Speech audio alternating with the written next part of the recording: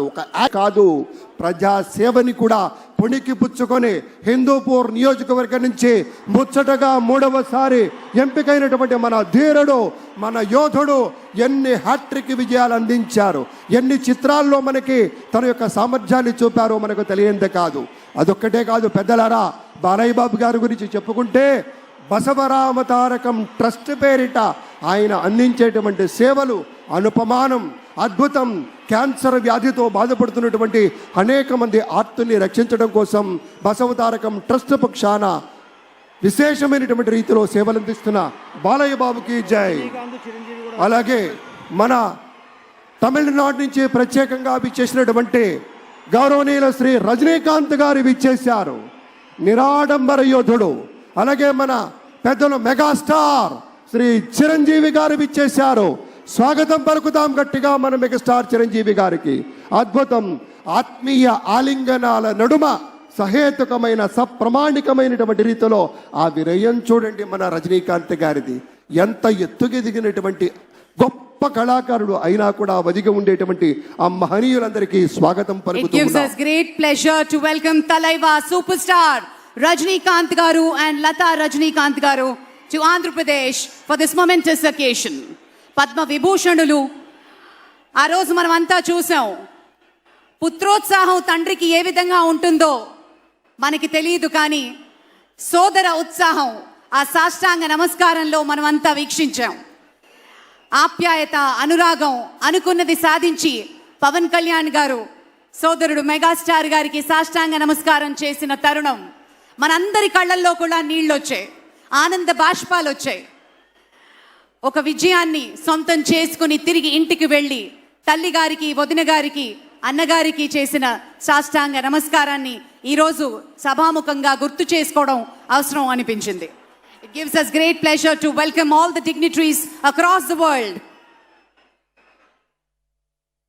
ఇప్పుడు ఒక సాంస్కృతిక అంశంలోకి వెళ్లే ముందు ఒక ఆడియో విజువల్ ప్రెజెంటేషన్ ప్లే చేయవలసిందిగా టెక్నికల్ టీమ్ ని రిక్వెస్ట్ చేస్తున్నాం. ఏవి ప్లీజ్.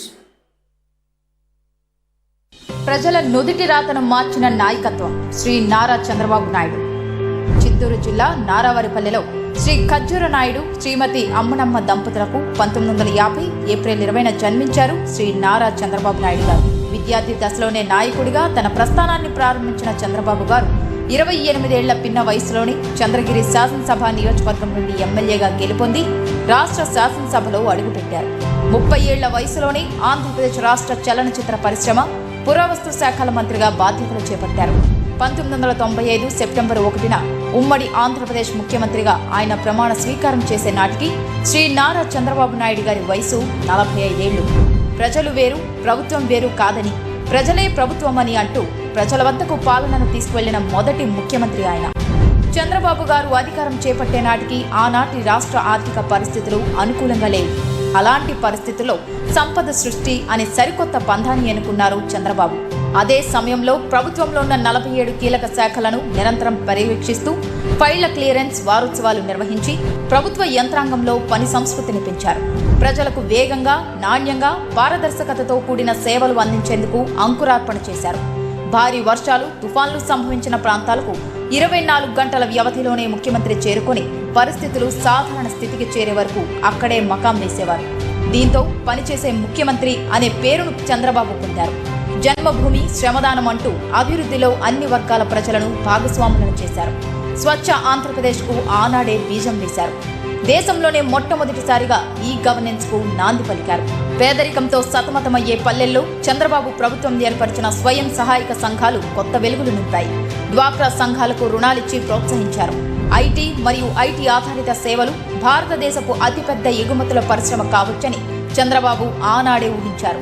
అందుకోసం ఏపీని పెట్టుబడులకు గమ్యస్థానంగా, ఇన్ఫర్మేషన్ టెక్నాలజీ హబ్గా మార్చడానికి చంద్రబాబు చేసిన కృషి బిల్ గేట్స్ వంటి ప్రముఖులను సైతం ఆకర్షించింది. చంద్రబాబు విజన్లో ఐటీ అన్నది ఒక భాగం మాత్రమే. అంతకు మించి అనేక రంగాలలో అనూహ్యమైన మార్పులకు చంద్రబాబు నాంది పలికారు. చంద్రబాబు గారి విజన్ 2020. ఈ విజన్ డాక్యుమెంట్ లో పేదరిక నిర్మూలన, స్థిరమైన అభివృద్ధి గురించి మాత్రమే కాదు, అద్భుతమైన మౌలిక సదుపాయాల కల్పన, గ్లోబల్ ఎకానమీలో చేరిక గురించి కూడా ఉంది. ఆ అంశాలన్నీ నాటి అమెరికా అధ్యక్షుడు బిల్ క్లింటన్ ను సైతం ఆకట్టుకున్నాయి. చంద్రబాబు గారి పాలనలో సాంకేతిక అభివృద్ధికి మచ్చుతునుకగా ఈ సేవా సెంటర్లను ఎలా చెప్పుకుంటామో రైతు సంక్షేమంలో భాగంగా రైతు బజార్ల గురించి కూడా అలాగే చెప్పుకోవాలి. క్రీడా స్టేడియంలతో పాటు ప్రజల ఉల్లాసానికి పార్కులు కూడా అభివృద్ధి చేశారు. నీటి విలువను ప్రజలకు తెలియజేసిన ఇంకుడు గుంతలు కూడా చంద్రబాబు గారి విశిష్ట పాలనకు నిదర్శనాలే. హైదరాబాద్లోని ఔటర్ రింగ్ రోడ్, శంషాబాద్ అంతర్జాతీయ విమానాశ్రయం, ఎంఎంటీఎస్, మెట్రో రైల్ వంటి ప్రాజెక్టులు చంద్రబాబు గారి పాలనలోని ఊపిరి పోసుకున్నాయి. ఇక రాష్ట్ర విభజన తర్వాత 2014లో నవ్యాంధ్ర ముఖ్యమంత్రిగా బాధ్యతలు చేపట్టిన శ్రీ నారా చంద్రబాబు నాయుడు గారు ఆర్థిక కష్టాల్లో ఉన్న రాష్ట్రాన్ని అభివృద్ధి పథంలో నడిపిన తీరు నభూతో న భవిష్యత్తే. పట్టిసీమ, పోలవరం, ప్రజా రాజధాని అమరావతి నిర్మాణాలు అన్ని సంచలనాలే. కియా వంటి పరిశ్రమలను తెచ్చి ఆంధ్రప్రదేశ్ రాష్ట్ర వ్యాప్తంగా నాటిన పారిశ్రామిక అభివృద్ధి బీజాలు అభివృద్ధి వికేంద్రీకరణకు, సంపద సృష్టికి తార్కాణాలు. అభివృద్ధికి బ్రాండ్ అంబాసిడర్ అనిపించుకున్న శ్రీ చంద్రబాబు నాయుడు గారే తనలోని మానవత్వాన్ని చాటుతూ సంచలన సంక్షేమ పథకాలను విజయవంతంగా అమలు చేశారు. పింఛన్ల విషయాన్నే తీసుకుంటే అన్న ఎన్టీఆర్ 1984లో 30 రూపాయల పింఛనిస్తే చంద్రబాబు గారు 1995లో మొదటిసారి ముఖ్యమంత్రి కాగానే 75 రూపాయలు చేశారు. అలాగే 2014లో 200 ఉన్న పింఛన్ని 5 ఏళ్లలో 2000 అంటే 10 రెట్లు పెంచారు. పింఛన్లను ఇవ్వడాన్ని ఒక సామాజిక బాధ్యతగా భావిస్తారు చంద్రబాబు. అలాగే పేదలకు కేవలం 5 రూపాయలతో రుచి, శుచి కలిగిన ఆహారాన్ని అన్న క్యాంటీన్ల ద్వారా అందించారు. ఆయన చేసిన రైతు రుణమాఫీ ఒక చరిత్ర. ప్రజలను సరైన ప్రగతి వైపు నడిపించాలంటే ఆ లీడర్కు ఒక విజన్ ఉండాలి. విజన్తో పాటు క్రమశిక్షణ, కృతనిశ్చయం, శ్రమించే తత్వం, చిత్తశుద్ధి, సహనం, సాహసం ఈ లక్షణాలన్నీ కలిగిన నాయకుడు శ్రీ నారా చంద్రబాబు నాయుడు గారు. అటువంటి నాయకుడు ఈ రోజు ముఖ్యమంత్రిగా ఆంధ్రప్రదేశ్ రాష్ట్ర పాలనా పగ్గాలు అందుకుంటున్నారు.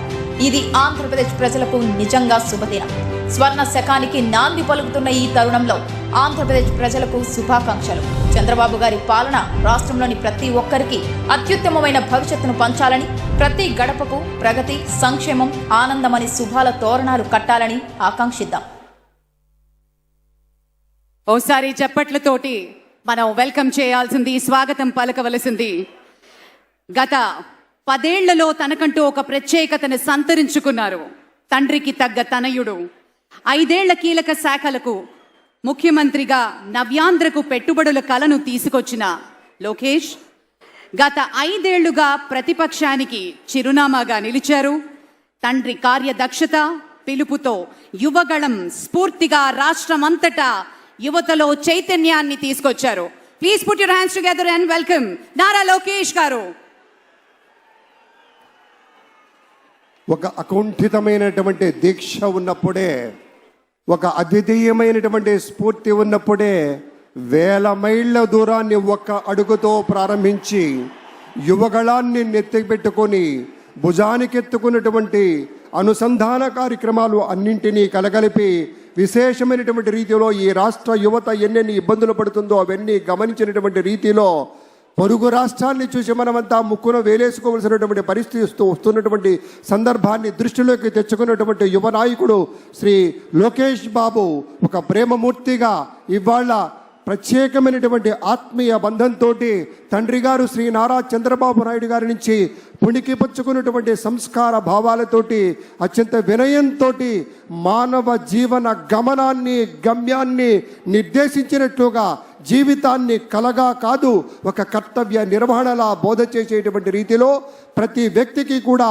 పరిపూర్ణమైనటువంటి మానవత వైపు దారిదీపంలా ఉండేటువంటి స్థాయిలో ఆయన పరిశ్రమించిన తీరు అనుపమానమనేటువంటి మాటను మీతో పంచుకుంటూ శిథిలమవుతున్నటువంటి విద్యార్థి జీవిత